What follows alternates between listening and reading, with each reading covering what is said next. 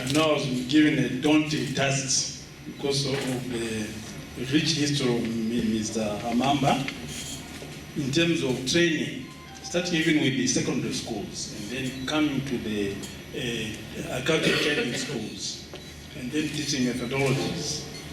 And also being a senior officer in the government in terms of the Director of Agriculture, even became the permanent secretary. So you can see the rich history now. So it's difficult to know where to start.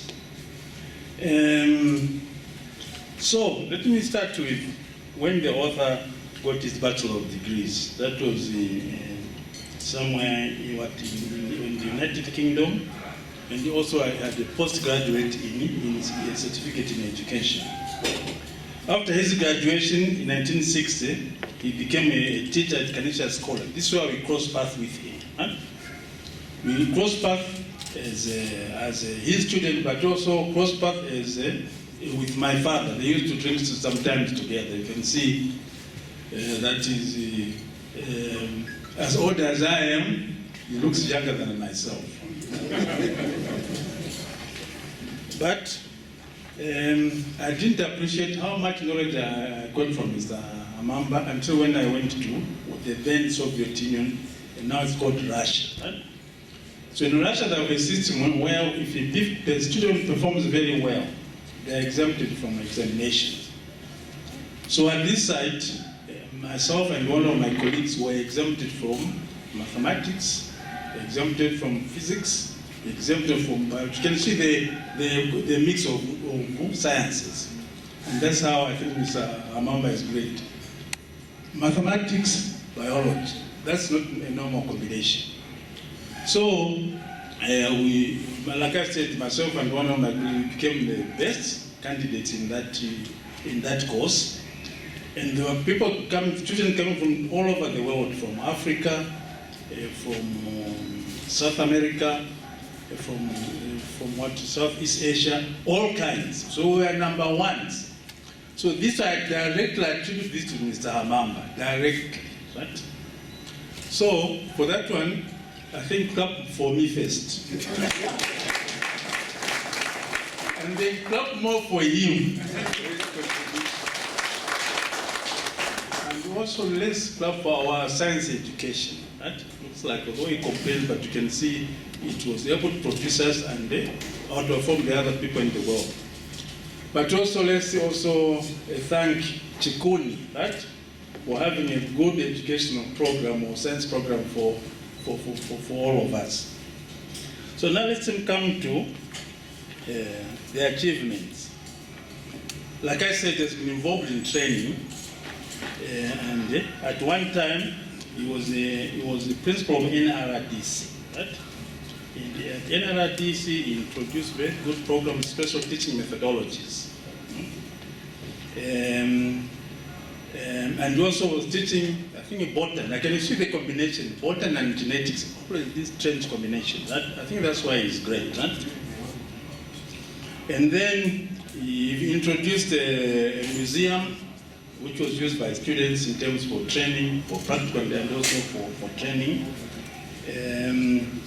And then at NRDC, he introduced a course, I think it was a course on teaching methodologies, which we cherish up to date. Right?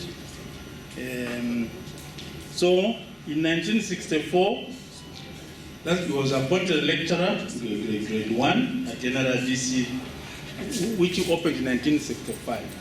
And before the school opened, there were the people involved in developing the curricula. So you can see he has been involved in curriculum development for students in agriculture. So this one was a big challenge because I think this was the first time it was ever done. And then after that, I think at one time, that's I think in 1968, was appointed principal of NRDC in 1968. Right? That was quite some time back.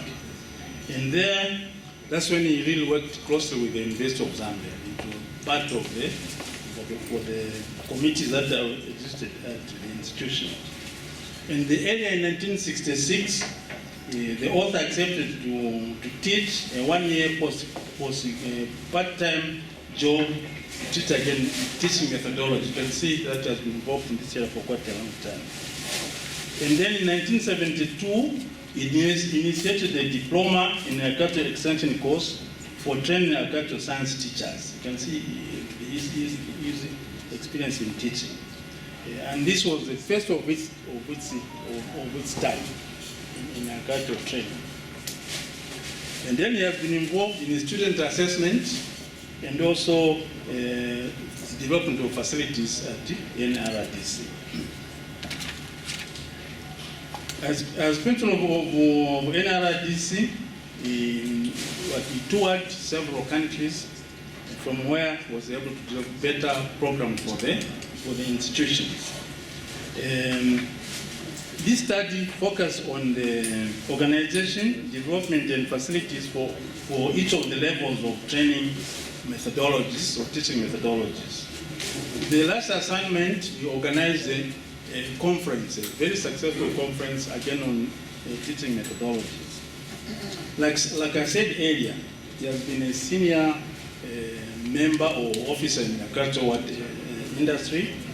He was once a director of agriculture, right? Director of agriculture. And with that one, he was able to see what was the problem with our curriculum in terms of the principles people were teaching. So that one he organized, having seen the problems in that field. So at least our educational system deal with, thank him for developing the systems.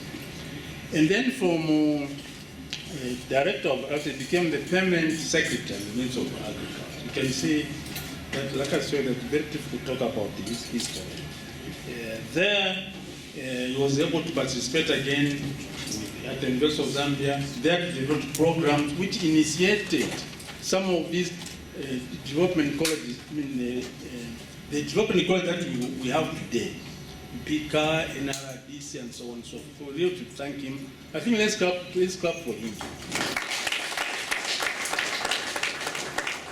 And then after he retired, he was still very active, especially in agricultural associations, where one time I know he was board member of Coffee Board.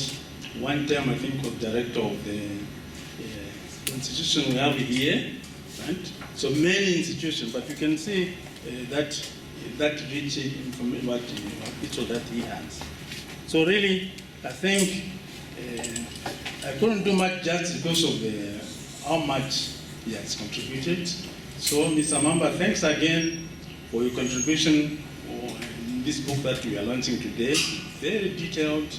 In fact, you consider it as a textbook. So thank you very much.